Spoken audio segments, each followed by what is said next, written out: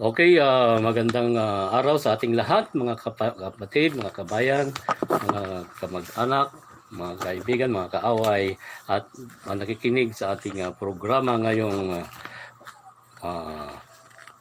araw.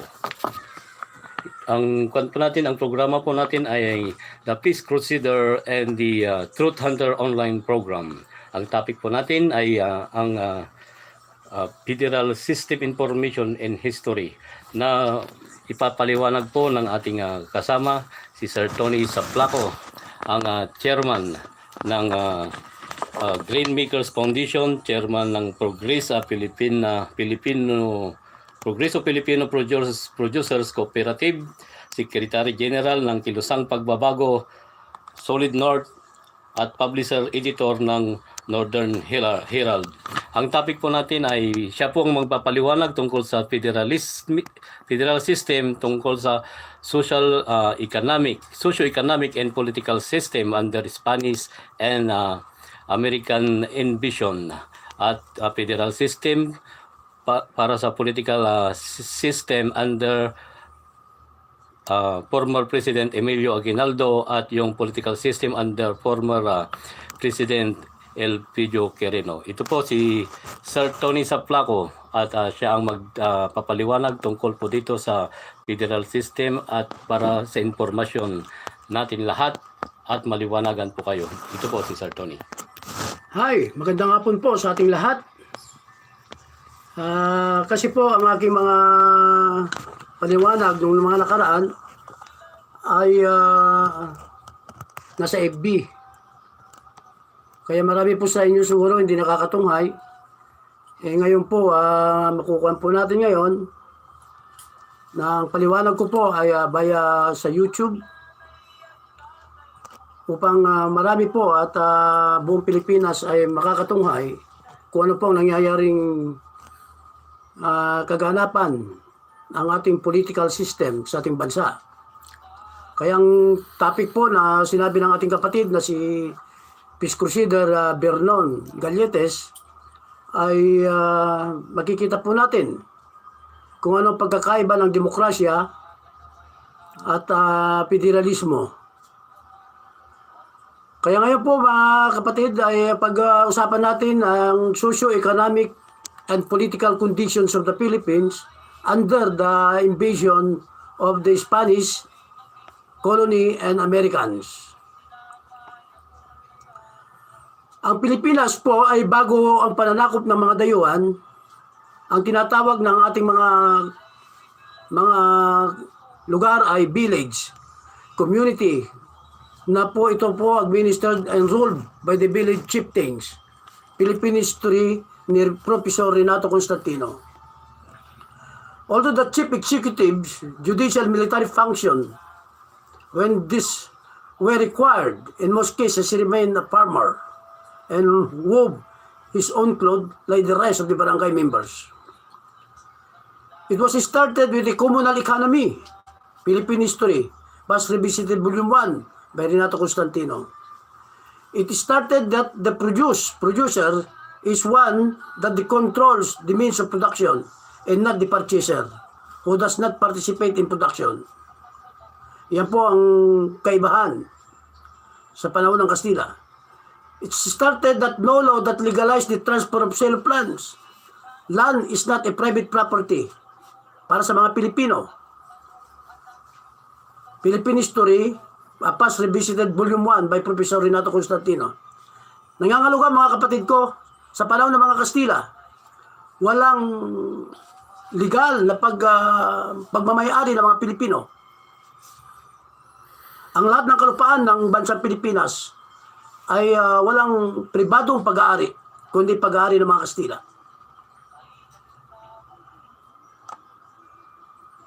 It started with the absence of exploitation and oppression, Philippine history, by Renato Constantino, which our government, our system is bayanihan system. Working and sharing together, helping and assisting one another was an obligation. Hoarding of goods was a social deviance, a crime against humanity.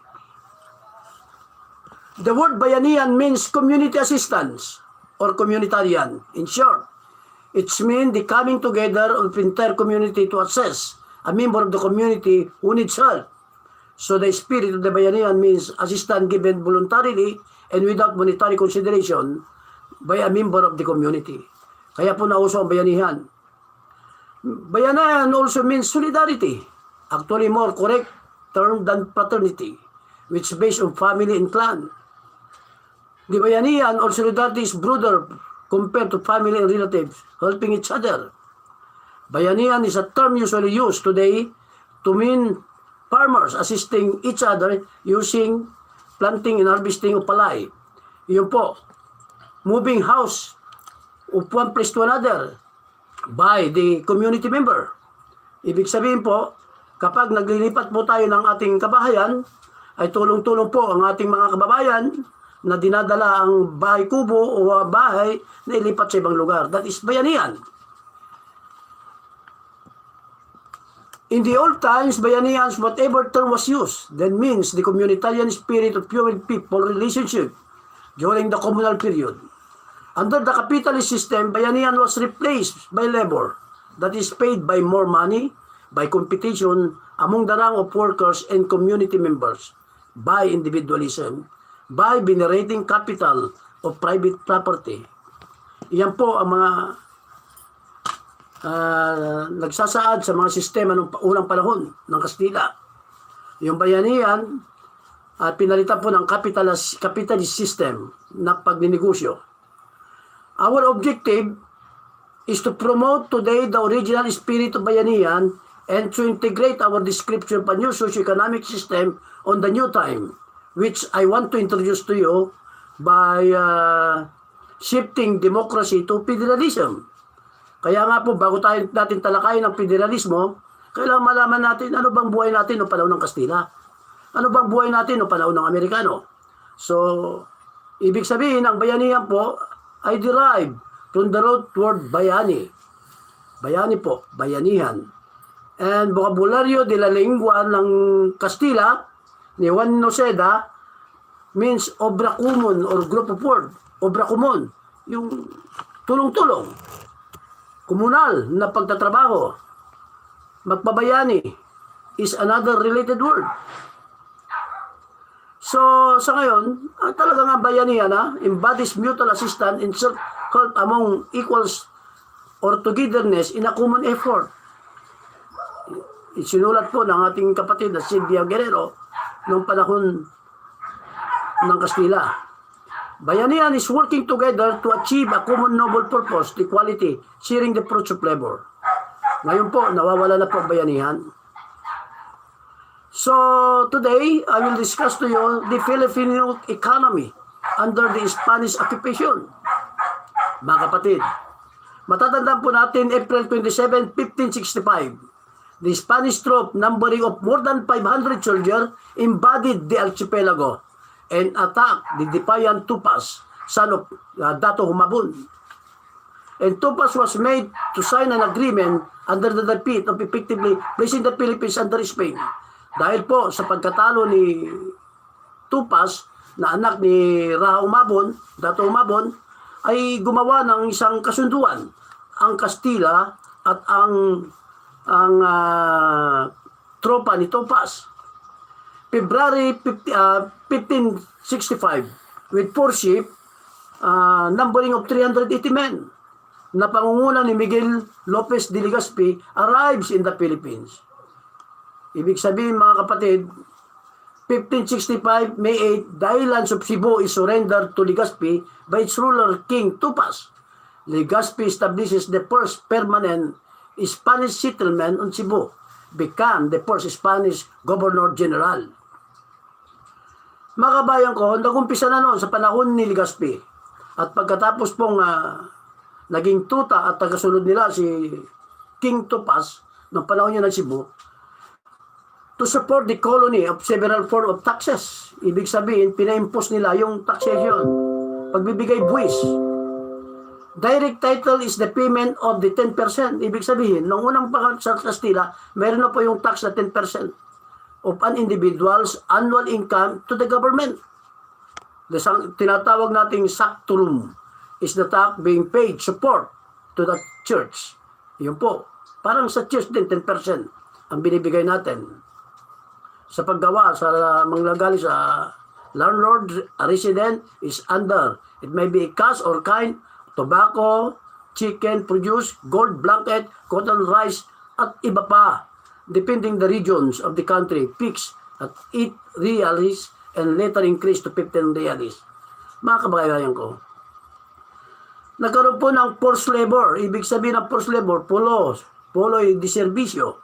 Poloy de servicio is the forced labor of 40 days men, ranging from 16 to 60 years of age, who were obligated to give personal services to the community project. One could be exempted from polo by paying the falya daily fine in the land, in the real.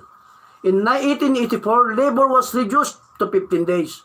The polo system, it means forced system, forced labor, was patterned after the Mexican Departamento selection of forced labor. Sumunod noon ng forced labor, dumating po ang isang Kastila at inintroduce nila ang Manila Acapulco galleon trade was the main source of income of the colony. Yung galleon trade po dumating. During its early years, service was inauguration in 1565 and continued in the early 19th century. The galleon trade brought silver from New Spain, from China by way of Manila. This way, the Philippines earned its income through buy and sell, that is, bought for sale from China to resell it to the New Spain and bought by American silver for resell to China again. So, ibig sabihin, pinaikot-ikot po ang ating mga commodity, pinaikot-ikot po ang ating mga production ng tatlong bansa, China, Espanya, at Amerika. Okay?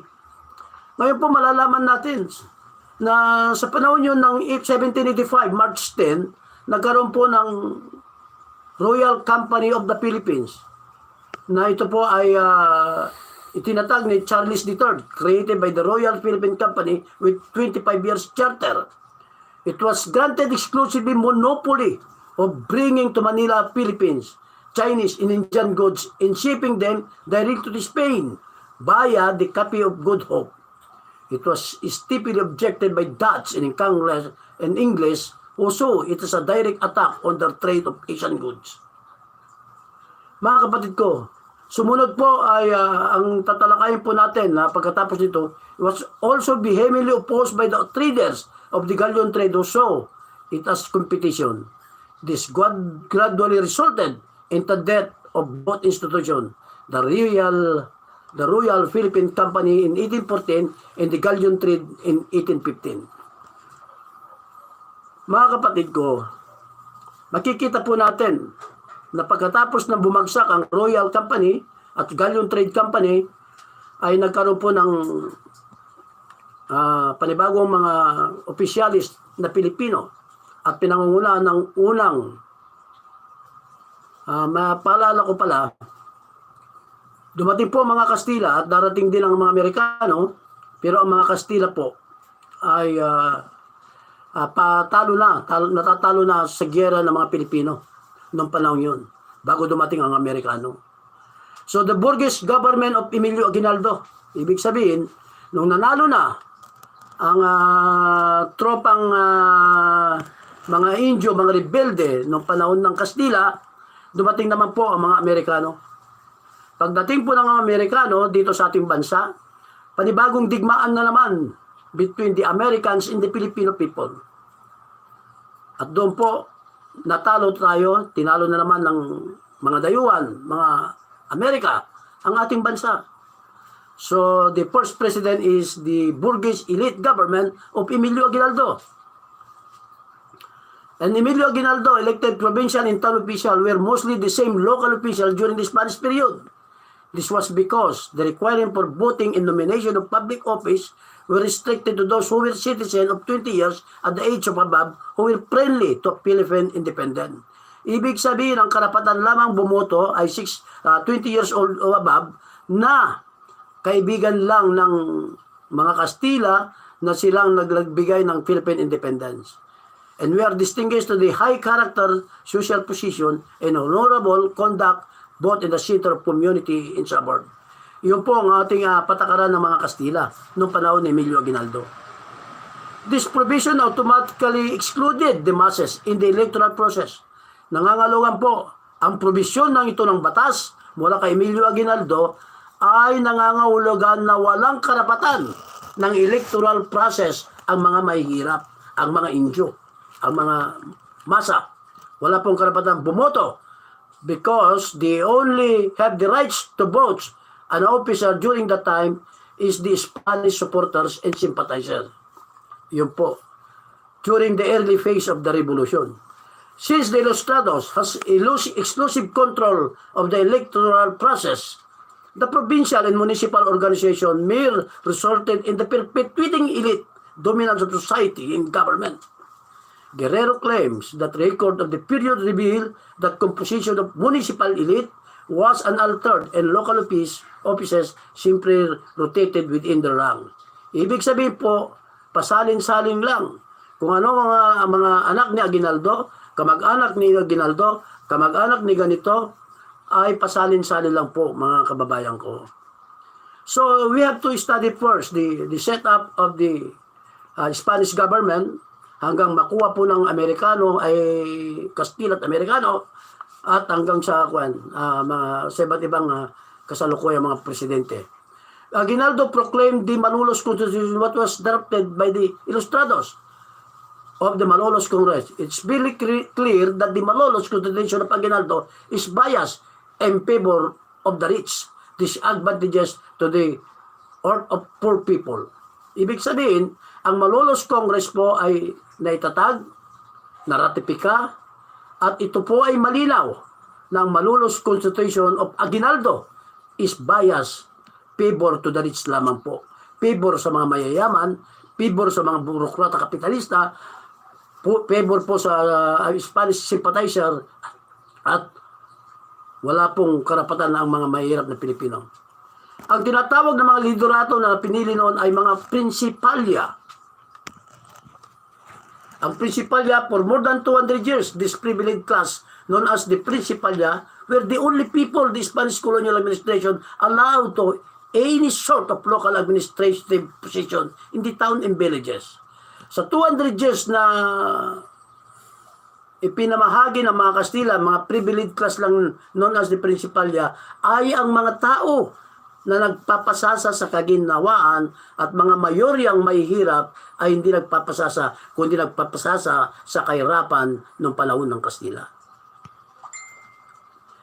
Sino ba mga Principalya? Ano mga Principalya? Ang mga Principalya ay nanggaling sa original village leader.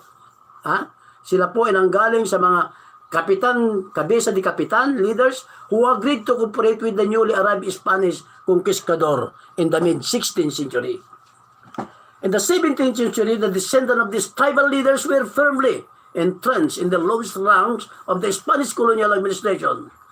Prominent among those descendants were the village leader or kabisa di barangay. This group, usually composed of a dozen men, were known as the principales. They chose among themselves and will be a town mayor or gobernadorcillo. Yun po, gumanap sila sa pamamagitan ng 12 prinsipalya at mamili sila kung sino ang iupo nilang gobernadorcillo. Pero number 1 po ay hindi kasali po na mamimili ang mga mahihirap. Thus, in town of 1,000 natives, political power concentrated in the hands of 12 men. Chief among them was the gobernadorcillo. The principales keep their fellow natives in line. While doing so, they enjoyed the patronage of the Spanish bosses.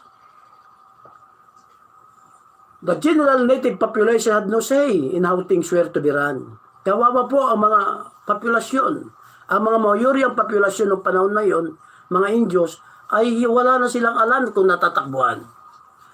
At ngayon po, makikita po natin na mulat sa pulpa, since the very beginning, during the administration of Emilio Aguinaldo, iyon po ang kauna-unang dayahan na nagkaroon po ng ballot padding. Ibig sabihin, mas marami po ang balota kaysa mga liderato.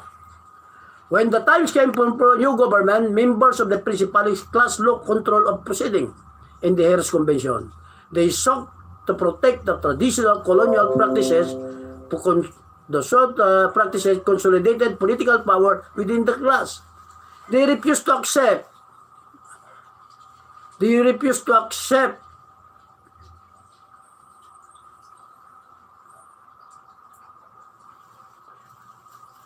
mga kababayan ko, ibig sabihin noong panahon ng payroll padding pa, the integrity of the proceeding of the Harris Convention was compromised. Malolos Convention, the Harris Convention, ay ang kauna-una ang pangyayari ng pagkakaroon ng dayaan sa eleksyon. Yung sabi ko nga, there were more ballots than delegates. And when the ballots were counted, Principalis was named president. He was Emilio Aguinaldo, former Gobernador Silio. His chief rival, Andres Bonifacio, was elected Secretary of the Interior. One of the Bonifacio's about goal for the revolution was to do away with as much the Spanish colonial practice as possible. Ang kauna na inahangad ni Andres Bonifacio po ay maalis tayo sa kuko ng pagkontrol ng mga dayuhan tulad ng mga Kastila. The Principalities saw the revolution as a chance to increase their prestige and authority by replacing the Spaniard with people from their class. Tignan po natin si Aguinaldo kung paano niya sakyan ang revolusyon para laban sa Kastila na inumpisa ni Bonifacio. Bonifacio wanted to have the name Pilipinas replaced because it is in the honor of the Spanish monarch. Ayaw po ni Andres Bonifacio na ipangalan sa Pilipinas ay Pilipinas. Okay? Kaya gusto niya palitan. Dahil ang pangalang Pilipinas ay ang in the honor of the Spanish monarch. The Principales who felt threatened by Bonifacio's chance disagreed. Okay? Hindi pumayag po yung mga Principales na kakampi ng Kastila at kakampi ni Emilio Aguinaldo. Mga kapatid ko, since Bonifacio was not a Principales and a delegate, and questioned Bonifacio's qualification to hold any post.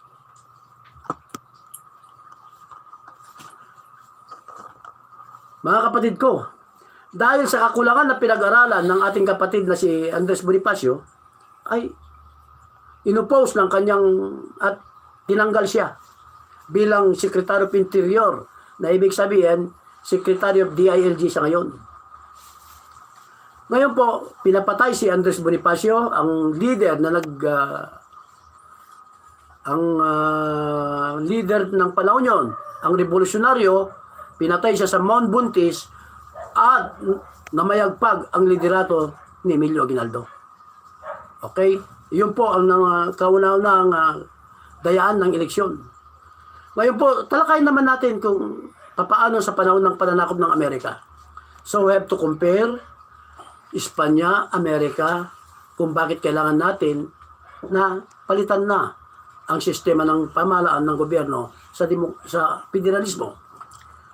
Ang kapitalistang pag-unlad sa Amerika lumubo ng produksyon ng finished products. Sobrang-sobrang pangangailangan ng Estados Unidos sa ganitong crisis. So overproduction ang isa sa mga dahilan kung bakit kailangan ng Amerika na manakop ng mga bansa para pagkunan ng milaw na materyales na kinakailangan ng kanilang dabuhalang makina at faktorya.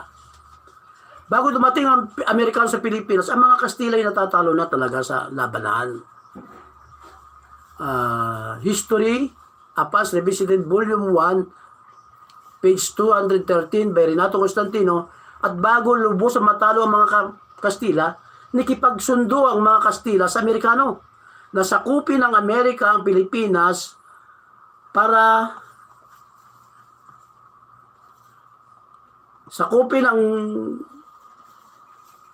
Amerikano ang Pilipinas sa halagang ibininta ng Espanya sa halagang $20 million sa Tratado ng Paris sa mga Amerika under the Treaty of Paris noong December 10, 1898. Nakikita po ninyo? kung paano nila tayo laitin, paano nila tayo so mga kapatid ko,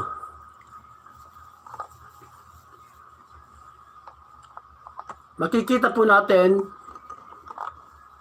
na ang pangpolitikang paniniwala ng Amerikano, sina General Emilio Aguinaldo at ang pagdating ng tropang Amerikano sa Pilipinas ay para palayain ang mga Pilipinas sa pananakop ng Kastila. Pero nabigla mga Pilipino na sinakop din ng Amerikano ang Pilipinas at nagpasa ng batas. Bawal ang magkaroon ng kalayaan, so Sedition Law of 1901. Bawal din ang pagwagayway ng mga Philippine flag law, Philippine history, mahal kong Pilipinas yan, Pilipinas kung mahal, page 251 by Teodoro Aguinaldo. Pumutok muli ang digmaan sa pagitan ng Pilipino at Amerikano at umabot po ng 1.2 million na Pilipino ang kanilang pinatay. Dahil tayo po ay lumalaban, pinaglalaban po natin ang ating karapatan sa ating inang bayan hanggang sa nagbuwis ng 1.2 million ng mga Pilipino. Mga kababayan ko, tignan po ninyo ang sakripisyo ng ating mga lider na sa kasalukuyan ay ang mga lider naman natin na iilan ang siyang nagtatamasa sa lahat ng kayamanan at kinabukasan ng ating bansa. Pang-ekonomiya, pinatupad ng Amerikano. Ang mga unang ginawa ay gumawa sila ng batas pang-ekonomiya. Pinatupad ng Amerikano ang batas at lalo pagpapatibay ng pangangamkam ng mga dayuhan sa lupain ng mga Pilipino. Lack of Land Registration Act of 1902. Okay? Noong 1901, Sedition Law, ibig sabihin para walang rebellion. Pang-ekonomiya, pinatupad ng Land Registration Act of 1902, nagpatibay ng konsentrasyon ng mga lupaing pribado at pag-aari ng pagpapasiguro ng pag-aari ng kinamkam ng panahon ng pananakop ng Kastila at pinagtibay din ng Treaty of Paris. Lalo for our life.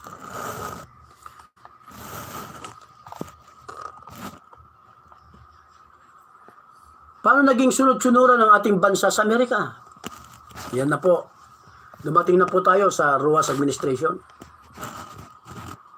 Doon sa Ruas Administration, the so-called granting of Philippine independence by the America after the World War II become a Siam independence. Ito po ay hindi totoong independensya ang binigay sa atin ng Amerikano sa mga Pilipino. When the following pro-American presidents and pro-American policies continue to reinforce American exploitation over the Philippine natural resources. Ibig sabihin, dahil sila ang Amerikano nagbibigay ng namimili kung sino magiging pangulo, namimili kung sino magiging kasabwat nila to establish the puppet president of the Republic of the Philippines. Ang unang pinagawa kay Rojas ay USRP Treaty General Relation. USRP Treaty of General Relation. This treaty empowered the U.S. government to retain its supremacy, authority over extensive military bases which could expand at will, guarantee the property rights of U.S. corporation and citizen. Yan po, sinulat ni Guerrero, 1970, page 20, volume 35. Makikita po natin, hindi pa nakontento ang mga Amerikano. Nagpasa na naman po sila ng batas under kay Rojas, USRP Military Assistance Fund, provided the continued U.S. control over our local armed forces through the joint United States Advisory Group, JUSMAG, will advise and lend or well weapons and equipment to them. Filipino soldiers become the instrument of American to fight against Filipinos who are patriotic and nationalistic, who does not like American exploitation. Yun po. Nakita po natin, katulad po ng ginawa nila kay Antonio Luna na pinatay sa, katulad ni, ang ginawa nila kay Antonio Luna pinatay sa siyudad ng Dagupan ay ng Kabanatuan na pinapatay nila Emilio Aguinaldo. Katulad din si Bonifacio na patriotic, pinapatay ng mga nila Aguinaldo sa Mambuntis. So nandun na nagumpisa na po. Mula sa kauna-unahan, mula sa umpisa sa Kastila, umpisa sa Amerika, wala na pong kaganapan na maganda para sa Pilipino. Nagpasa na naman po sila. Aside from the USRP Military Assistance Fact, nagpasa na naman sila ng Tiding Rehabilitation Act, required the ratification of Bill Trade Act with a parity amendment before the US government will pay a war damage claim exceeding 500. Claims exceeding $500. Ibig sabihin, pinasa nila yan. Dahil yan po ang konsuelo de bobo nila na sabihin ng mga Pilipino napakabait ang mga Amerikano. Mga kapatid ko, yan po ang katotohanan. The Quirino administration also. So tinalakay po natin ang Roas administration, Quirino administration naman at saka Magsaysay administration. Sa Quirino administration, USRP Mutual Defense Treaty allowing the US intervene arbitrarily in the Philippine affairs under the pretext of mutual protection. USRP Mutual Defense Treaty allowing the US to intervene arbitrarily in the Philippine affairs under the pretext of mutual protection. Guerrero, 1973, Volume 35. Bill Mission, which required the placement of US advisor in the strategic government offices of the puppet region to ensure the perpetuation of US colonial policy. Guerrero, 1970, Volume 35. Ibig sabihin, sa panahon ni Quirino, nandiyon yung USRP, na gumawa sila, nagbigay sila na merong karapatan ang mga Amerikano na para sa ating protection daw, sinasabi. Bill Mission required the placement of US advisor sa mga mahalagang opisina ng ating gobyerno para doon sa mga tutang Pangulo ng Pilipinas. Because they want to ensure the perpetuation of US colonial policy. Sumunod na naman po.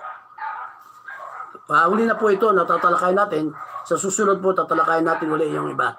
The Magsaysay administration.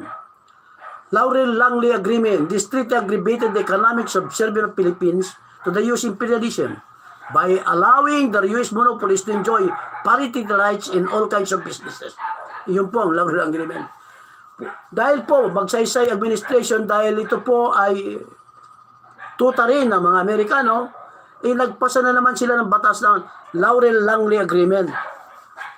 Na ito ang treaty ay nagsasaad the economic subservient of the Philippines. Ibig sabihin, tayo po ay yuyuko sa lahat ng bagay sa ekonomiya ng Pilipinas sa mga Amerikano. Na allowing the US monopolies to enjoy rights in all kinds of business. Yan po ang nangyayari ngayon, mga kapatid ko. Sa ilang presidente mula kay Aguinaldo hanggang kay Magsaysay, mga kapatid ko. Iyan po ay nakikita na natin ang depekto ng tinatawag nilang independensya o epekto ng demokrasya na pinapairan nila sa ating bansa hanggang sa ngayon. Mula kay Aguinaldo, nandaya na sila. Hanggang kay Magsaysay, Quirino, isinid nila ang mga mahalagang batas.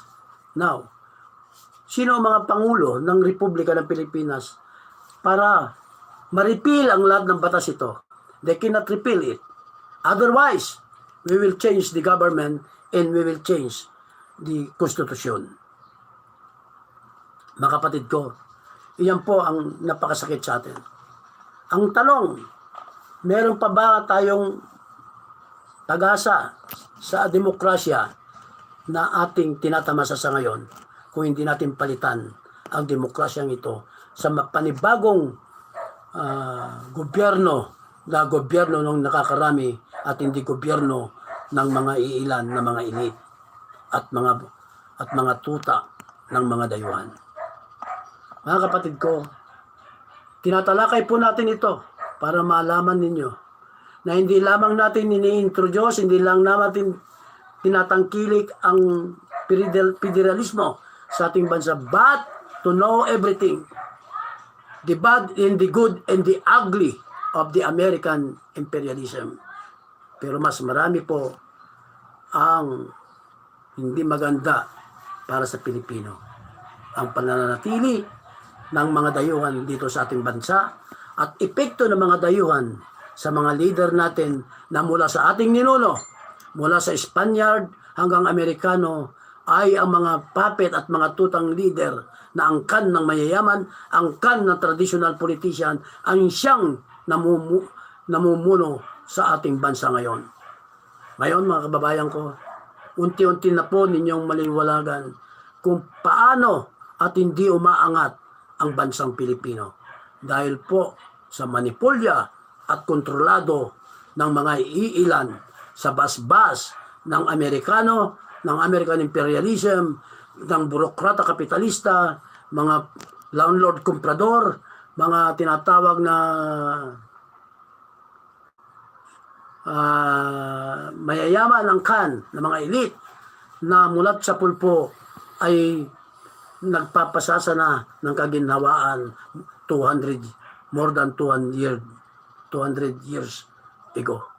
Mga kapatid ko, iyan po ang kasaysayan ng Spanish hanggang kay Magsaysay American, hanggang kay Magsaysay Administration at hanggang kay Manuel Rojas.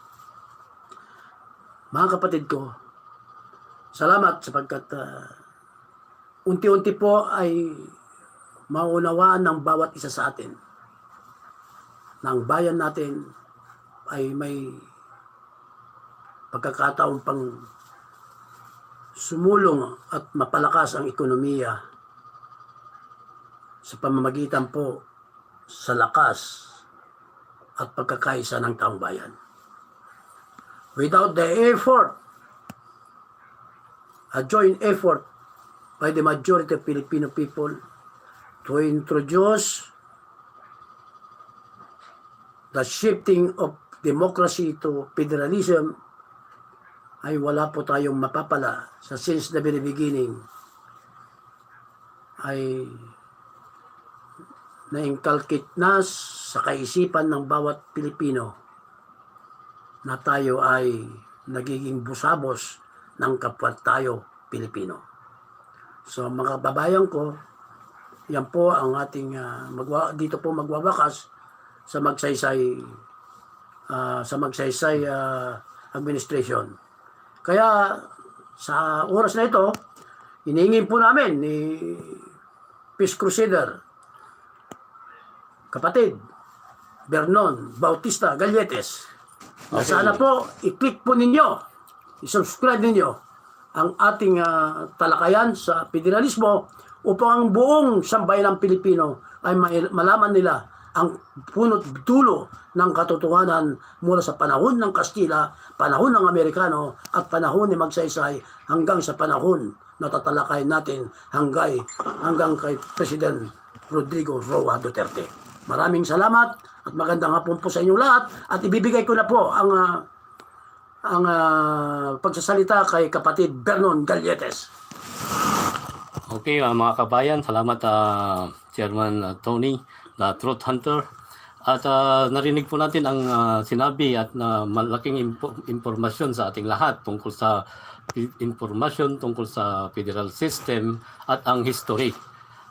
Tatanungin din natin kay Chairman Tony kung ano yung mga sample na nangyayari ngayon parang sample ng federal system. Well, napakagandang katanungan yan. Ang simpleng katanungan ngayon ay ang giving the prime minister sa federalism, katulad ginagawa ni Pangulong Duterte. Dahil matitigas ang ulo natin, ay sa enhancement community program, ay ganito, binigyan na tayo, ang binibigay na pabor ng pamahalaang Duterte, yung pagbibigay ng 200 billion sa atin, ay isang konkretong halimbawa. Isang manifestasyon na nag-uugnay sa larawan ng federalismo sa ating bansa. Kapag hindi binigyan ng Senado, ng Kongreso si Pangulong Duterte ng emergency power, ay hindi niya po magagawa na sa COVID-19 ay makapagbibigay po siya ng mga halaga na ayuda sa bawat Pilipino, sa bawat 25 million Pilipino na nangangailangan ng pagkain, nangangailangan ng salapi para sa lockdown for another 2 months. Kaya nga po, iyan po ang isang halimbawa ng federalismo. Kontrolado at nalalaman po natin lahat batay sa instruksyon ng ating Pangulo na gawin nyo ito, gawin nyo ito. Iyan po. Pangalawa po yung tinatawag na transparency. Kapag po sa federalismo na po tayo, katulad po ng ginagawa natin mula sa barangay, ang instruksyon ng Pangulo, instruksyon ng DILG, instruksyon ng DSWD na kung sino man ang hindi nakakakuha at sino man ang nakakakuha ng ayuda mula sa pamahalaan ay kailangan pong ipaskil sa ating barangay hall, sa bulwagan ng barangay. Iyan po ay isang magandang halimbawa na pagdating ng panahon, iyan ang gagawin natin sa federal system of government. At ngayon po nakikita natin na epektibo, na kunti na lang ang pagkakataon ng mga bureaucrats, kunti na lang ang pagkakataon ng mga leader natin na mangurakot sa kaban ng bayan. So, federalism can control everything, at iyan po masasabi ko sa inyo, isang konkretong halimbawa. Okay ba, Mr. So, magandang example po yung chairman, na yung transparency ng mga barangay leaders natin hanggang sa municipal level, provincial level, regional level, at hanggang sa national level ay nakokontrol natin nakikita natin ang mga transaksyon o mga lumalabas na pundo mula sa kaban ng bayan na aprobado ni President Digong o President Duterte dahil sa paggawa nila ng chain of command, kagaya ng pagmando ni Presidente kung nasaan na yung mga pera na lumabas, kung naibigay ba sa mga recipients, kung ang hindi bigyan at nabigyan. Kaya magandang halimbawa po yun para makuha natin yung federal system ay magandang pamumuno ng Presidente kung gano'n. At yung lahat, pati mga natin, mga mayan, Pilipino, kapag nating ordinaryo lamang, ay nakikita natin yung mga pwede nating i-report kung ano man lang nakikita natin yung mga anomalya. At lahat ay nakamonitor lahat. Tama ka. Ano pa yung mga ibang natin, Chairman? Tama ka. Kasi mula kasi nung may anunsyo ang Pangulo, ay lumakas ang damdamin, makabayang damdamin ng ating mga kababayan na dati ay hindi kumikibo.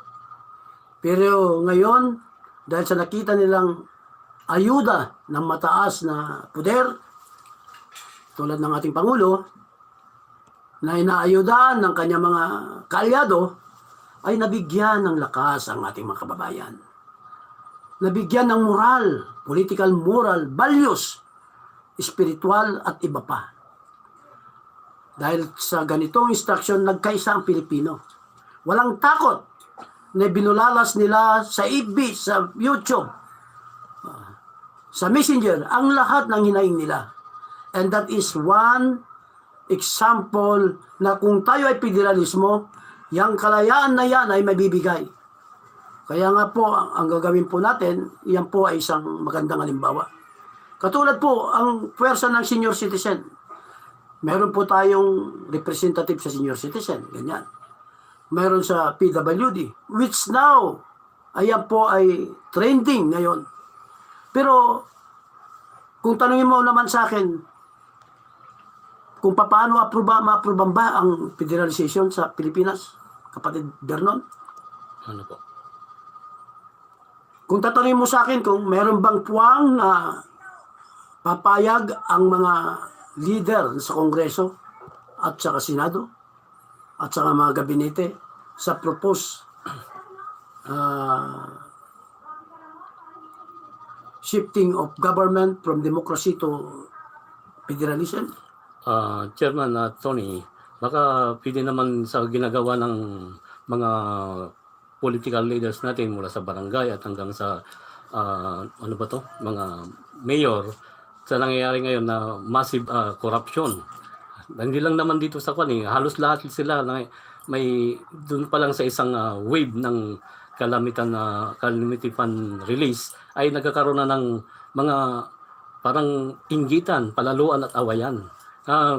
Sanhi ng pagkakagulo ng bansang Pilipinas. Baka pwede nang i-declare ni President Digong yung executive power niya na federal system kung pwede. Kaya tulong-tulong tayong isigaw at ang kwan ng federal system. Kasi ang pagkaalam ko sa federal system ay ito yung mga magwawasak lahat ng klase ng impluensya ng mga monopolya at mga oligarchs. Kaya pag-isipan natin kung paano natin tutulungan at isulong, i-rekomenda natin sa ating mahal na Pangulo kung okay ba sa kanya o sa mga military, mga pulis at mga ibang kongreso at ano ba ang mga mamamayan sa pagkukan ng federal system.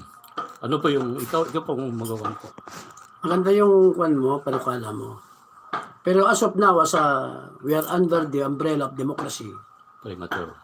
It is premature na sabihin ko, kaya natin. Pero makakaya yan kasi ang lakas ng mamamayan ay siyang mangunguna para magkaroon po ng sistematikong transmission ng democracy to federalism. Number one. Tama yung sinabi mo. Dahil nag-awa-awayan na sa maliit lang halaga. Pero we are talking about trillions. Ipapaliwanag ko sa iyo, Mr. Galletes, okay? Yes, Chairman. Crusader.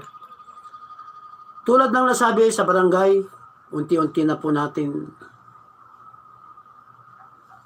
nabibigyan ng kalayaan ng taong bayan na pumuna sa mga barangay officials, hindi ba?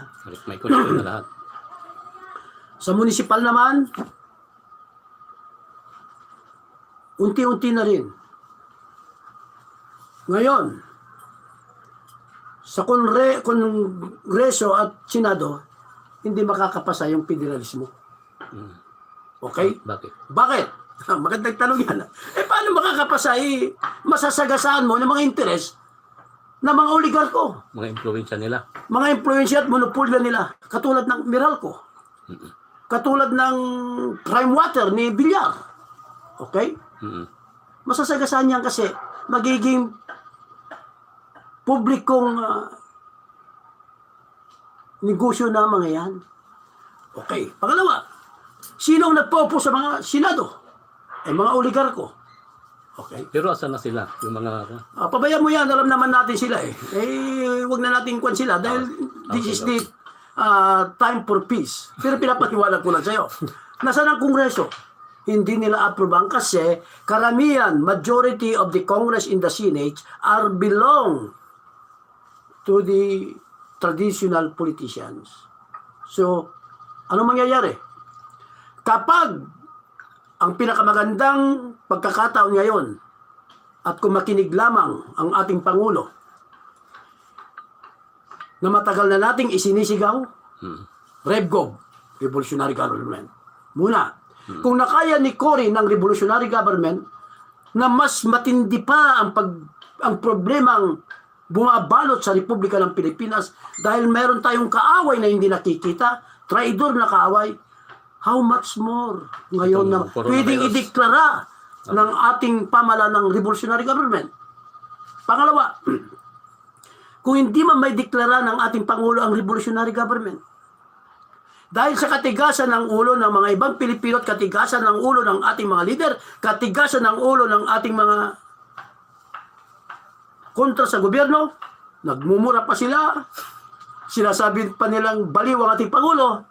This is now the time to implement the suspension of the writ of habeas corpus. At kung hindi pa umubra ang habeas corpus, eventually now, the declaration of martial law. Pag na-declare na martial law, sa 2 years from now on, matatapos ang lahat ng mga monopolya, and that's the time the people will agree on federalism. So sinasabi nyo, Chairman Tony, Okay, Truth Hunter, mas maganda yung leadership of transparency, leadership ng mga militar at mga pulis para mag-handle sa mga ayuda o mga kwan para pantay-pantay, hindi kagaya ng mga traditional na kwan, nakukuha pa rin nila yung tradition nila na corruption, na namanas nila sa pinalitan nilang mga posisyon. Okay. Precisely that's right. Bakit? Yung sinasabi nila follow first before you complain. Yun. Military. Military. Kasi government institution naman yung pinanggalingan nila. Okay. Ibig sabihin, trinining sa liyan ang gobyerno. bilang aktivista nung panahon noon, baging dating rebelde daw o whatsoever, ang sabi nila, nung panahon ni Marcos is militarization of the important position in the government agency. Kaya lahat po ng Mr. Galletes, lahat ng mahalagang establishmento ng ating government ay binigyan ng military. Okay? Ibig sabihin, Kasi government train sila. oo. At ibig sabihin, kapag ginanon na, malala na ang sakit ng ating demokrasya. Okay? Pag binigyan mo ng military at umuunlad ang ating bansa sa pamamagitan ng pagtatalaga mo ng military sa mga private agencies katulad ng BIR, Opo. katulad ng DSWD, Opo. pwede mong makikita mo kung maganda nga. Kaya lang talaga ngayon, namumutawi pa na nangunguna pa yung problema sa corruption. Bakit ka mo? Hindi alam ni Secretary Rolando Bautista, si General, na yung mga DSWD sa lokal ay koterminos na mayor.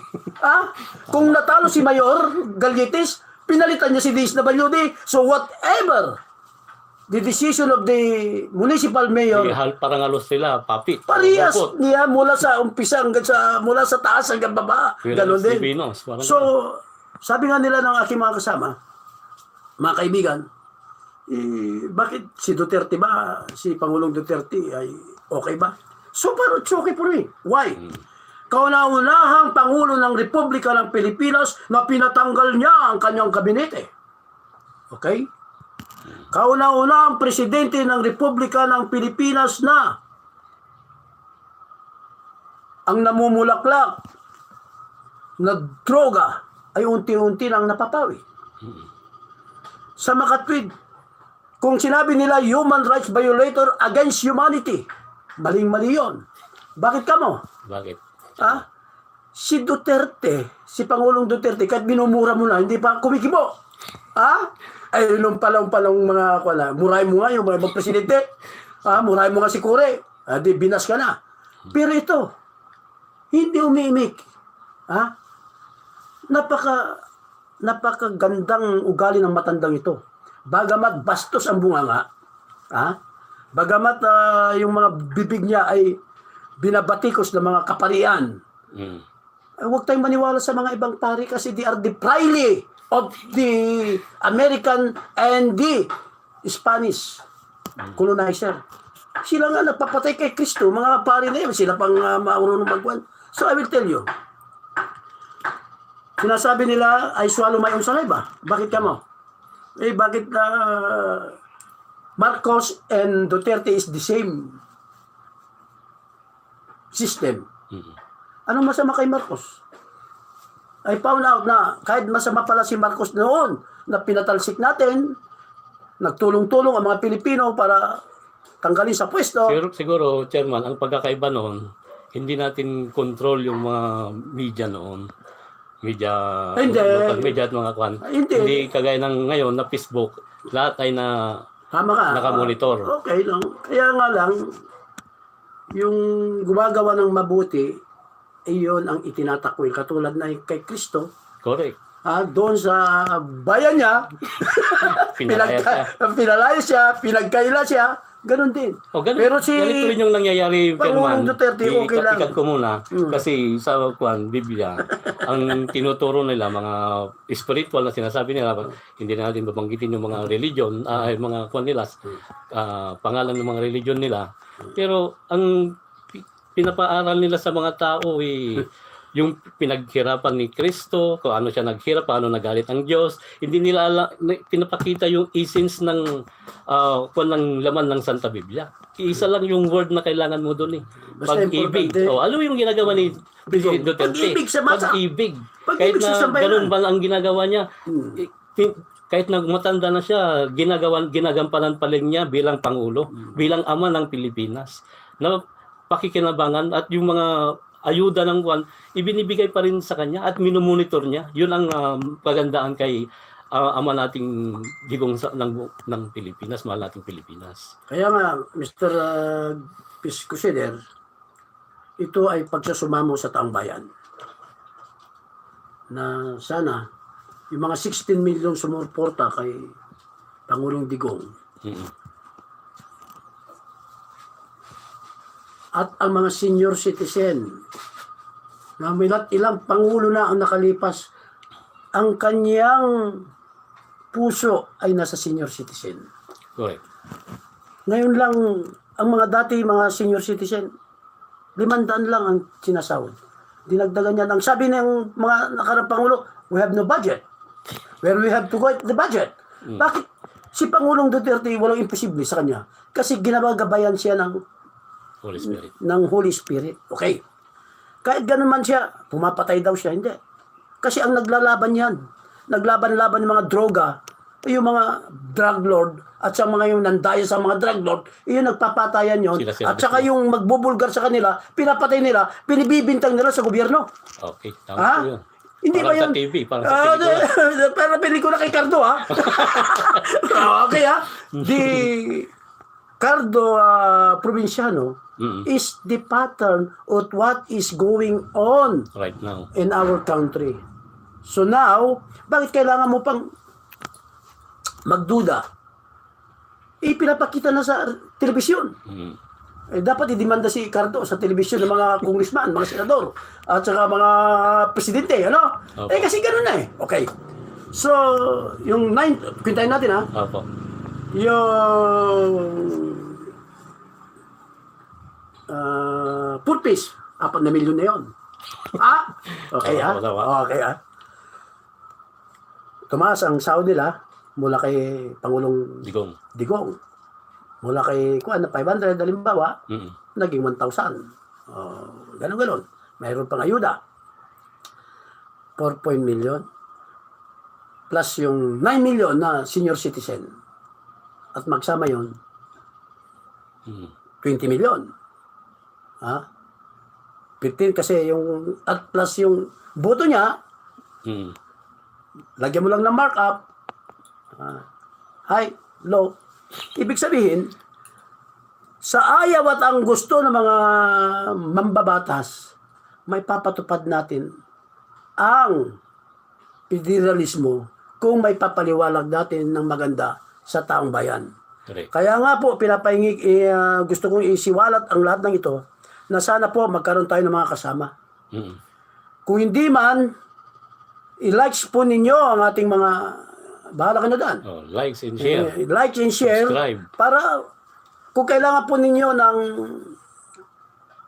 ng aking Additional information. presentasyon, ng personal na presentasyon sa inyo, ay payag po ako na kami ni Crusader Berlon Galletes na magsalita without any salary. Okay. Di pa nagawa na natin yan noong Natigil lang. 2017. Nagpunta lang tayo sa ako. Kahit na walang sahod, yeah. kayo ang lecturer ng DILG Task Force Federalismo. Kaya nga, napunta lang Pagbabago. tayo. Inaanin ko naman na nagpunta ko ng North America. Naiwanan ko kayo. Mula nung naiwan naman, wala naman nagtuloy. Kaya nga ngayon, bumabawi tayo na sa COVID-19 ay Sama-sama magamit natin ang araw na ito na binigay sa atin ng Diyos habang namamahinga tayo habang nakakulog tayo at umiiwas sa COVID, ay samantalamin naman natin Yung pagpapaliwanag. pagpapaliwanag kung paano natin palitan ang bulok ng demokrasya sa federalismo. Ang magandang tanong pa, sabi nila, mamamatay na raw tayo, hindi pa raw ba? No! Hindi pwede yun. Because today, noon sana nanalo na noon, nung panahon pa ng Hapon, Mm. panalo na ang revolusyon noon. Ha? Nung panahon nila Tarok, panahon ng mga kwan, gano'n. Kasi mayroon nagtataksil eh. Ngayon na naman, katulad ng panahon ni Marcos, may nagtaksil din. Pero ang sabi ng Pangulo, yan ang gusto ko, na nasa puso ko pa rin ngayon. Siya po. Ang sabi niya, give me a chance, another chance, and I will show you that Philippines will be great again. Okay. Bakit? Dahil yung sinabi ng ating Pangulo, pinag-aralan ko kung bakit niya nasabi yun. Yung pala, batay sa interview kay Reagan at saka kay George Bush, yung bata, ang sabi niya, they asked the Philippines, how did you assess Philippines? To me, umiti pa siya, Philippines is the richest country in the world. Kaya para sinabi niya po yun. Pero, dahil una nga, hindi naman sa pampolitika, dahil nga kay Kuri na patalsik si Ako Marcos sa kagagawan ng Amerikano. Bakit ka mo? Kaparaanan. Sa kaparaanan at systematic kong kasi hindi na nila makukuha ang papel. Dahil lalabas na yung pera na para sa Pilipino. At yun ang tinatawag na nilang kwan yun eh. Kasi ang nakalagay doon for the Filipino people at the Philippines will be great again. O yun. Kasi nandun naman sa preamble natin na we the sovereign Filipino people. Parang ibang royal blood imploring the aid of Almighty. Kasi divine wealth yan. Kaya implore natin, tayo ang implementor. Kaya kailangan natin ng federal system para mabuksan at lahat ang kayamanan ng Diyos. Kasi ang federal, yan ang umpisa ng pagbubukas ng kayamanan ng Diyos Ama. Para sa pangkalahatan, hindi yung pang-personal. Kaya for the Filipino people at the Philippine will be great again kasi ang Pilipinas ang tinaguri ang mother of all nation o financial center of the world. Kaya nagtataka ako, marami lang mga kasama ko, bakit iba lang direksyon nun, ganun lang. Kasi nagbabanggit na ako ng divine government. Nagbabanggit na ako ng inheritance heritage account. Kasi pinag-aaralan ko unti-unti yan. And to make sure that the pronouncement of the former President Apo ay totoo yung sinasabi niya. At nakikita ko naman. Sabi nga nila sa iba sa akin, yung mga magulang ko at mga anak ko, yung pinaglalaban mo tatay, yung apo mo, 3 years old pa lang noon, ngayon na, may asawa na. Anyway, never mind that. Basta mga kapatid ko, ito na po ang tamang pagkakataon under the Duterte administration. Implying the work of the Spaniard to the all Filipino president except Marcos and Duterte. Ngayon po natin mapagtagpi-tagpi kung ano ang ginawa ng ating mga Pangulo. Okay? Ngayon kinakainisan nila, maneuver na naman ang dayuhan niya. Si Duterte. Tignan mo, mabuti ang ating Pangulo. Majority president, matapang. Kahit wala tayong armas. Kailanman hindi matatalo tayo sa gera. Pinapatalo lang tayo ng mga collaborators. Tulad nila Aguinaldo. Tama. Tignan mo, pinapatay nila si Antonio Luna, pinapatay nila si Andres Bonifacio. Si Malbar. Mga bayani. Tignan mo. Ang magpapastay at magpapatigil sa ningas ng pag-unlad ng kamulatan ng bayang Pilipinas ay ang mga ilustrado, mga prinsipales at sa mga oligarko. Pero sa COVID-19, may magandang dala. Yung pagkatakot sa Diyos. At nakikita lang, mula sa pagkatakot sa Diyos, unti-unting naliliwanagan. Nandito ako,